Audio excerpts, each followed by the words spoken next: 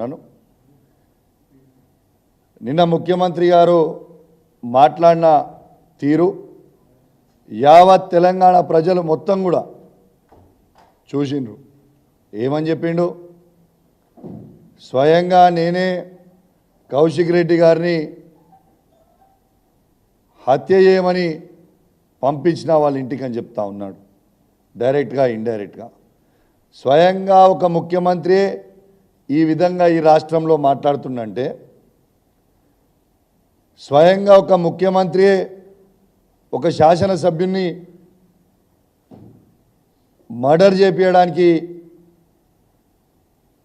ఇంటికి పంపించిండంటే ఇది ఎంత పెద్ద సిగ్గుచేటు అనేది యావత్ తెలంగాణ ప్రజలందరూ కూడా గమనించాలని నేను విజ్ఞప్తి చేస్తూ ఉన్నాను. ఒక ఎమ్మెల్యే ఏమని మాట్లాడతారు,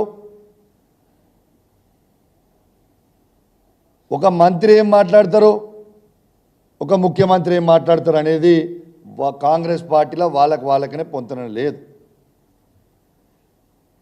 ఇవాళ శ్రీధర్ బాబు గారేమో ఇద్దరు బీఆర్ఎస్ పార్టీ ఎమ్మెల్యేలు కొట్లాడుకుంటారు, మాకేం సంబంధం అని అంటారు.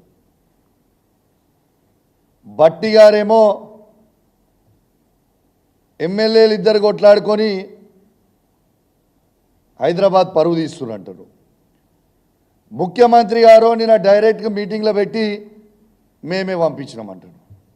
అసలు ఏం జరుగుతుంది తెలంగాణ రాష్ట్రంలో? అసలు లా అండ్ ఆర్డర్ ఉన్నట్టా లేనట్టా ఏం జరుగుతుందని నేను అడుగుతా ఉన్నా. ఇవాళ కౌశిక్ రెడ్డిని హత్య చేయాలని ముఖ్యమంత్రి గారు ఎందుకు అనుకుంటున్నారని నేను అంటా ఉన్నాను. ఎందుకు రేవంత్ రెడ్డి గారు కౌశిక్ రెడ్డి గారిని హత్య చేయాలనుకుంటున్నావు? ఎందుకంటే కేసీఆర్ గారి నాయకత్వంలో బీఆర్ఎస్ పార్టీ పక్షాన ప్రజల పక్షాన గట్టిగా గలమింపిస్తున్నా అని చెప్పి నన్ను హత్య చేయాలనుకుంటున్నావా? రైతులకి గట్టిగా రుణమాఫీ ఎందుకు చేస్తలేవు అని అడుగుతున్నా అని హత్య చేయాలనుకుంటున్నావా?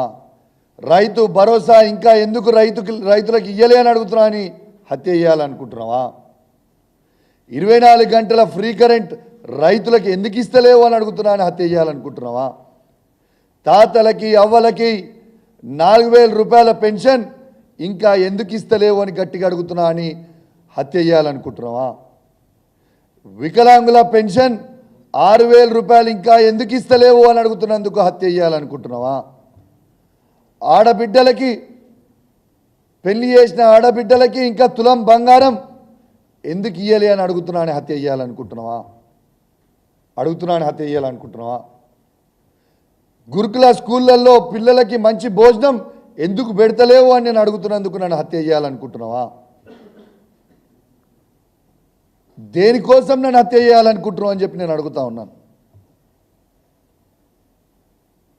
రేవంత్ రెడ్డి గారు, మీరు ఒక ముఖ్యమంత్రి. రేవంత్ రెడ్డి గారు ఏమైనా మాట్లాడుకో, నువ్వు ఒక ముఖ్యమంత్రివి. నువ్వు ప్రజలకి ఏం చెప్పదలుచుకున్నావు?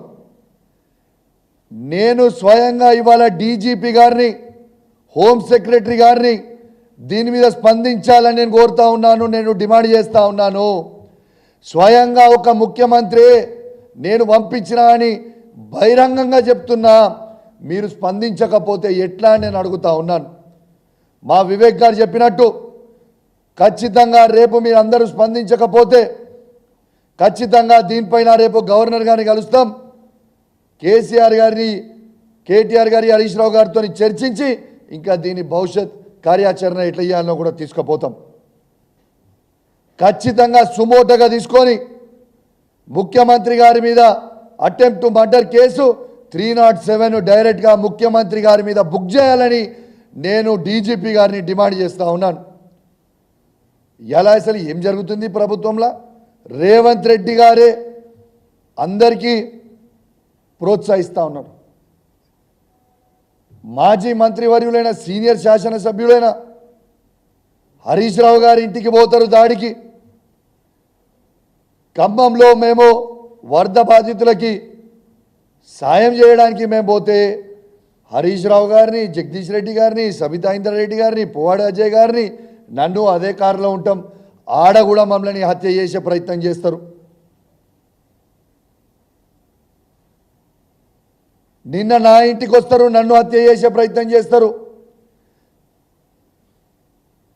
మా బీఆర్ఎస్ పార్టీ కార్యకర్త అయిన శ్రీధర్ రెడ్డి గారిని హత్య చేపిస్తారు. కానీ యాక్షన్లు మాత్రం ఏమీ ఉండవు, ఏమీ ఉండవు. నేను అడుగుతున్నా, యాక్షన్ లేకపోతే ఏం చేయాలనుకుంటున్నాను నేను అడుగుతా ఉన్నాను. సైబరాబాద్ సిపి గారు అవినాష్ మోహంతి గారు